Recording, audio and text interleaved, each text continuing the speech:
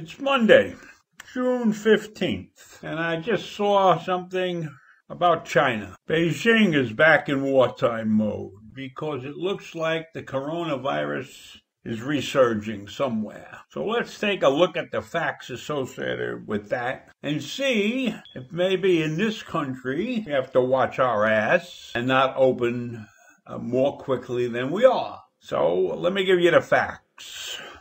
A district in Beijing discovered a cluster of COVID-19 cases tied to a major wholesale market this week and said it was going into wartime emergency mode.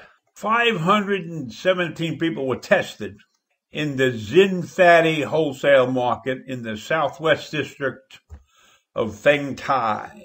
45 tested positive, but were not showing symptoms, according to Beijing Center for Disease Control and Prevention. But the spike in infection has prompted the capital to immediately ban inter-province tourism, and it shut the schools and suspended sporting events. In addition to the people tested, environmental samples were taken at the market that showed strains of coronavirus on a chopping board used for imported salmon. So not only did people were infected, but the virus was living on a chopping board in the marketplace.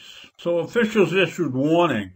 Stay alert to the risk of imported cases and to the fact that epidemic control in our city is complicated and serious and will be here for a long time. It's true that China has long passed its coronavirus peak. Authorities in the country fear a second wave of the virus, so they're not taking any chances. We all know the history of this virus, how it started in December 2019, and since then infected over 7 million people worldwide and caused 425,000 deaths. So we know what this virus is capable of. So this virus strike indicates how even countries which have had great success in curbing the spread of the virus can see clusters jump up very easily. So recently 6 new cases showed up in Wuhan, and Wuhan plans to test all 11 million residents for the coronavirus. Think of that, testing 11 million residents. You think we could test 11 million residents? And we have them running around on the beaches?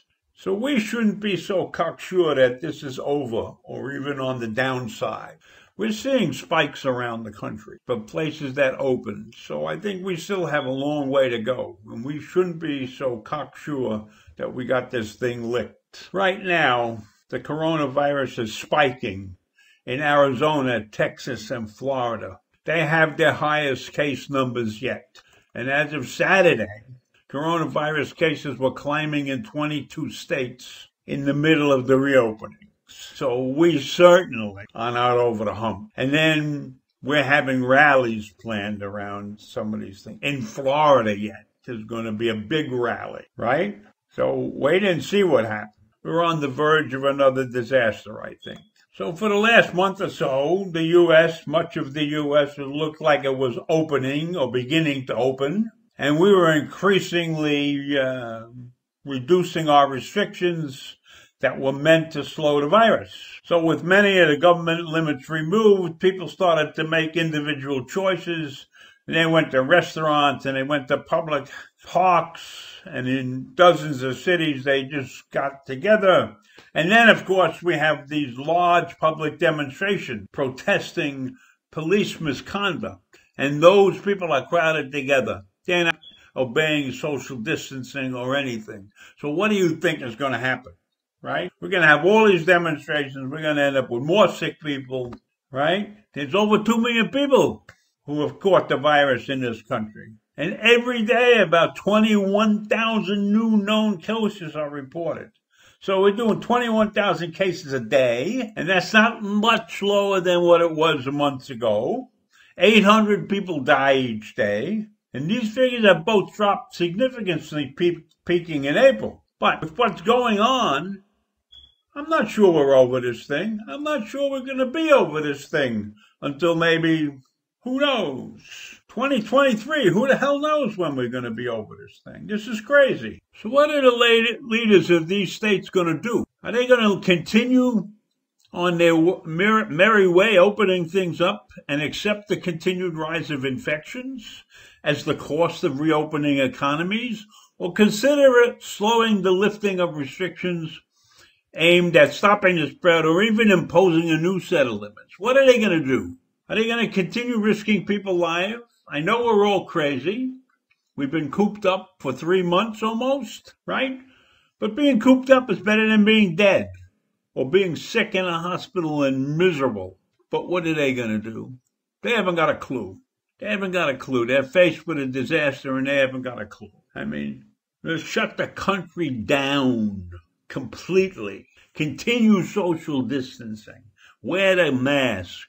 Keep wearing your mask.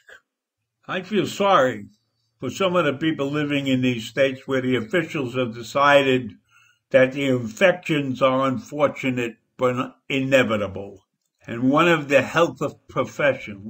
leading health professionals in the state of Arizona said, we are not going to be able to stop the spread, and so we can't stop living. Okay, well, you won't stop living. You will stop living. You'll die.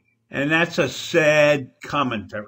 The leading country in the world has people talking about death like it's okay. It's okay. We'll let them die. We got to open up. We got to make some money, right? We got to keep moving. We got to keep getting together in places, and we got to die. So here's what I say. Fuck leadership. Don't pay attention to those assholes. Social distance. Wear your mask. It's okay. We want to live. We want to fight another day. Okay? Wear your mask in public. Social distance. Stay out of harm's way. We'll beat this thing. We're not going to beat this thing by dying. I'm worn out. I'm stopping for today.